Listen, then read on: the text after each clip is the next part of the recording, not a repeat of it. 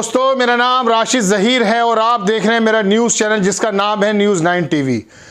जो 5वां चरण चल रहा है, कुछ वक्त शेष है, लेकिन तमाम रुझान जिस तरह से पहले अंदाज़ा लगाया ये जा रहा था कि भारतीय जनता पार्टी को ये वाला चरण 5वां चरण बहुत ज़्यादा सूट करेगा, क्योंकि इसके अंदर अगर आप पूरे इसके नक्शे को देखें तो ऊपर से लेकर अगर आप चलें बहराइच से नीचे चित्रकूट तक, तो यहाँ पर पूरी की पूरी पट्टी पिछली बार 2017 में जब इनको इलेक्शन जीत हुआ था तो वहाँ लगभग इन सीटों में 50 सीटों के करीब, जिसमें अपना दल की भी थी, 50 सीटें भारतीय जनता पार्टी को आई थी।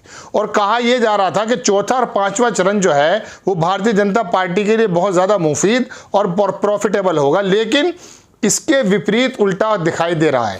अयोध्या जिसको सामने रखकर भारतीय जनता पार्टी का उदय हुआ और केंद्र में और तमाम सूबों में अयोध्या जो एपिक सेंटर समझ करके पूरे प्रदेश में और देश में भारतीय जनता पार्टी की सरकार आ गई, वहां पर भी भारतीय जनता पार्टी को अपनी इज्जत बचानी पड़ रही है। बिल्कुल आप सही सुन रहे हैं। मैं आपको पहले 2-3 सीटों का, हालांकि ये बता दूं मैं आपको कि पूरा रीजन भारतीय जनता पार्टी के पक्ष में पहले गया था, लेकिन इस बार गठबंधन और अखिलेश की समाजवादी पार्टी ने जिस तरह से जातीय समीकरण का गठजोड़ करके और ऐसे कैंडिडेट उतारे हैं कि उन्होंने वहां पर जो माइक्रो सोशोलॉजी कह सकते हैं या छोटी छोटी बिरादरियां जो हैं, जो संख्या के एतबार से वह सूबे में कम है लेकिन इस जगह ज्यादा है, वहां कैंडिडेट खड़े करके भारतीय जनता पार्टी के लिए मुश्किल बहुत ज्यादा पैदा कर दी। आपको मैं बताऊं, अयोध्या सीट से अगर मैं चलता हूं, 2-3 सीटों का जिक्र करूंगा, उसके बाद फिर मैं आपको पूरे परिप्रेक्ष्य बता दूंगा कि 5वें चरण में दरअसल क्या होने जा रहा है। अयोध्या की अगर हम बात करें तो अयोध्या के अंदर पहले योगी जी का नाम आ रहा था, लेकिन उनको हटा दिया गया और गोरखपुर भेज दिया गया। उसके बारे में मैं आपको फिर कभी बताऊंगा कि उसके पीछे भी एक राजनीति क्या चल रही थी और क्या क्या राजनीति गलियारों के अंदर चर्चा थी कि योगी जी अगर यहां से चुनाव लड़कर जीत जाते हैं तो आने वाले वक्त में अयोध्या के हीरो बन के उभर आएंगे। आला कमान शायद ऐसा नहीं चाहता था। ऐसी सरगर्मियां टीवी की डिबेट्स पर और सोशल मीडिया पर कही गई। इसी वजह से योगी आदित्यनाथ जी को वापस गोरखपुर भेज दिया गया। वहां पर जो पुराने जो कैंडिडेट हैं वेद प्रकाश शर्मा, वो पहले समाजवादी से भी जीत चुके हैं और एक बार बहुजन समाज पार्टी से, इस बार वही मैदान में, लेकिन उनको अपनी जान बचानी पड़ रही है। जान इन द सेंस चुनाव की जान बचानी पड़ रही है। वहां पर तमाम लामबंद हो गए, एंटी कंपेंसी बहुत ज्यादा है और लोकल विधायक के खिलाफ बहुत ज्यादा वहां पर आक्रोश है। इस बात का अंदाजा इस बात से लगाइए कि संगठन मंत्री सुनील बंसल 5 दिन अयोध्या के अंदर रहे और वहां के हालात सुधारे। चूंकि अगर अयोध्या के अंदर 2 या 3 सीटें भी लूज कर गए तो होगा यूं कि पूरे भारत में मैसेज ये जाएगा कि जो अयोध्या के नाम पर और राम के नाम पर पूरे भारत में अपनी जमीन को नहीं बचा पाए। ऐसे ही वहां एक सीट है गोसाईगंज, ऐसे ये वहां पर मिल्कीपुर, ये तीनों सीटें बहुत फंसी हुई है, समाजवादी पार्टी को जा रही है। मैं आपको अभी से बता रहा हूं एक बात। अब आप चले जाइए इलाहाबाद के अंदर लगभग 12 सीटें दर्शकों, वहां सिद्धार्थ नाथ भी लड़ रहे हैं, दूसरे गोपाल नंदी भी लड़ रहे हैं और कई सारे मंत्री, लगभग आधा दर्जन मंत्री इस बार इस वाले चरण में चुनाव लड़ रहे हैं। सिद्धार्थ नाथ जी की बात बताऊं, एक यूनिवर्सिटी की है रिया सिंह, वो बहुत जबरदस्त उनको टक्कर दे रहे हैं। टक्कर देने की वजह वहां जो उनकी एरिया है वो ज्यादातर ग्रामीण एरिया है और ग्रामीण एरिया में ज्यादातर भारतीय जनता पार्टी का वोट नहीं है, एक बात। दूसरी बात, वहां मुस्लिम बाहुल्य और यादव और जो बाकी चीज मिलकर के वो रिया सिंह को जिताने के पूरे पक्ष में है और सिद्धार्थ नाथ की सीट भी फंसी हुई है।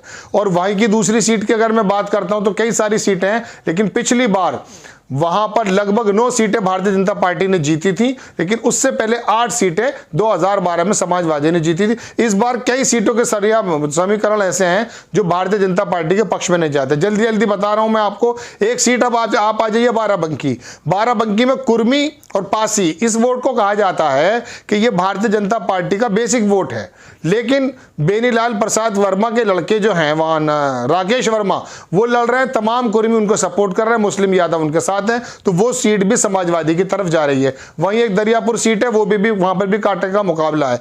अगर आप चित्रकूट आते हैं तो वहां पर भी 2 सीटें ऐसी हैं। एक ददुआ हैं जो कभी दस्यु रहे हैं, उनके बेटे वीरेंद्र पटेल वो एक जगह से लड़ रहे हैं, मानिकपुर शायद जगह है उसका नाम। वहां पर बुरी तरह से हालात खराब हैं और वहां पर जो द्विवेदी हैं, हालांकि वहां ब्राह्मण वोट ज्यादा हैं, उनको वो टक्कर दे रहे हैं। तो वहां पर समाजवादी पार्टी, हालांकि 2 ही सीटों पे चुनाव है, बाकी पिछला जो है 13 सीटों पे पहले हो चुका है। तो चित्रकूट की हालत ये है। आप आ जाइए बहराइच के अंदर मुस्लिम बाहुल्य और यादव बाहुल्य क्षेत्र है, वहां पर भी बहुत कड़ा मुकाबला है, समाजवादी की सीटें वहां पर भी निकल रही हैं। अब मैं आपको दूसरी जगह लेकर अगर चलूं, मानिकपुर की जगह है, वहां पर भी ऐसा ही समाजवादी की जगह।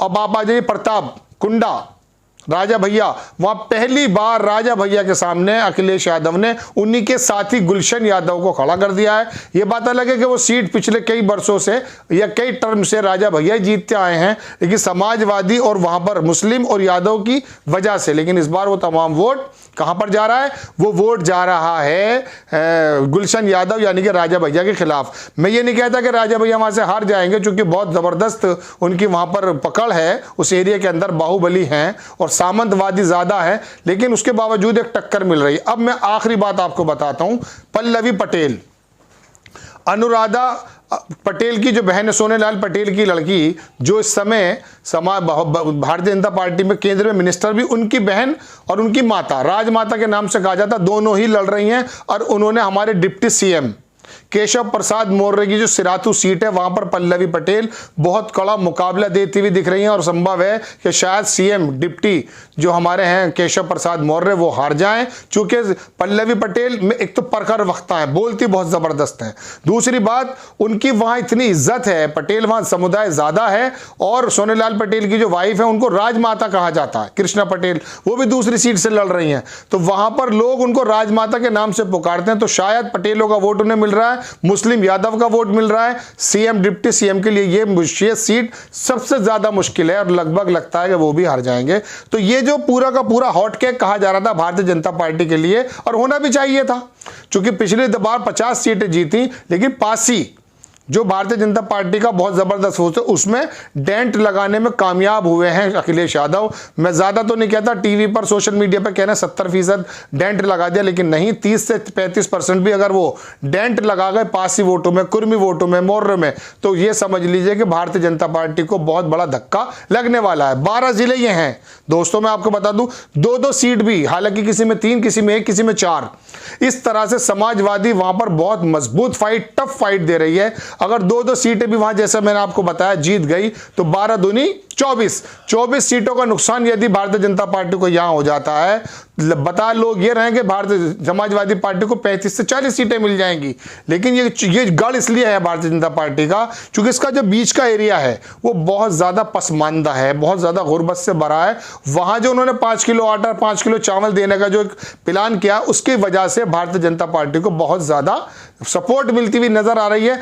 राम मंदिर का मुद्दा भी पीछे छूट गया, वहां हिंदू मुस्लिम नहीं कर पाए ये लोग, लेकिन जातीय समीकरण बदल गया है। आपको फिर मैं बता दूं, ये 5वां चरण, जो उम्मीद नहीं थी कि अखिलेश यादव का गठबंधन यहां डेंट लगा देगा, अगर 50-50% भी हो गया, तो आप ये मान के चलिए कि बहुत बड़ी जीत अखिलेश यादव की होगी और गठबंधन की जीत होगी। और शायद इसी वाले चुनाव में, इसी 5वें चरण में, जैसा मैं कह रहा हूं, जो मेरा अंदाजा है, अगर ये पूरा होता है तो मैं समझता हूं कि बहुत बहुमत के बहुत ज्यादा करीब अखिलेश यादव पहुंच जाएंगे। यह है 4थे चरण का पूरा समीकरण। इस सूरत में प्रधानमंत्री जी हो या भारतीय जनता पार्टी के नेता, उनको समझ ही नहीं आ रहा कि उनको मुद्दा क्या करें। पश्चिम में तो वो हिंदू मुस्लिम और गजवाए हिंद कर रहे थे, वहां पे उनकी समझ में नहीं आ रहा। कभी वो साइकिल पे बम रखते हैं, बम रखना इन द सेंस कहते हैं साइकिल में बम रखा गया था, कभी वो यूक्रेन की लड़ाई ले आते हैं, कभी वो बालाकोट की ले आते हैं। चुनाव हो रहा श्रीवस्ती में, चुनाव हो रहा गोंडा में, चुनाव हो रहा बलरामपुर में, चुनाव हो रहा प्रतापगढ़ में, और वो बात कर रहे हैं यूक्रेन की। समझ में नहीं आती ये बातें, ये बिल्कुल डिप्रेशन, मतलब हताशा दिखाती हैं कि किस तरह से भारतीय जनता पार्टी में मुद्दों की कमी है। और दोस्तों, मैं बहुत आपको सही सटीक खबर बता रहा हूं, बहुत विश्लेषण करके, कि 5वां चरण भी भारतीय जनता पार्टी के लिए अनुकूल नहीं रहा है। और अगर 40% भी डेंट लगाने में अगर कामयाब हो गए, तो यकीन मानिए ये इलेक्शन एक तरफ साफ हो गया, क्योंकि अगले जो 2 राउंड आने वाले हैं, वहां पर स्वामी प्रसाद मौर्य हेलीकॉप्टर लेकर घूम रहे हैं और तमाम जातिगत समीकरण वहां पर समाजवादी की पहले भी मजबूत थी और आप तो बहुत ज्यादा उनको गढ़ कहा जा सकता है। तो यह खबर मैंने आपको 5वें चरण की दी। बुरी खबर भारतीय जनता पार्टी के लिए कि जो सबसे सेफ सीट थी, सबसे आसान पिच थी, वहां पर भारतीय जनता पार्टी पिछड़ती हुई नजर आ रही है। आपको खबर कैसी लगी अपनी राय कमेंट्स बॉक्स में जरूर दीजिए। चैनल को सब्सक्राइब कीजिए, शेयर कीजिए। नेक्स्ट टाइम मैं किसी खबर के साथ आता हूं। जय हिंद।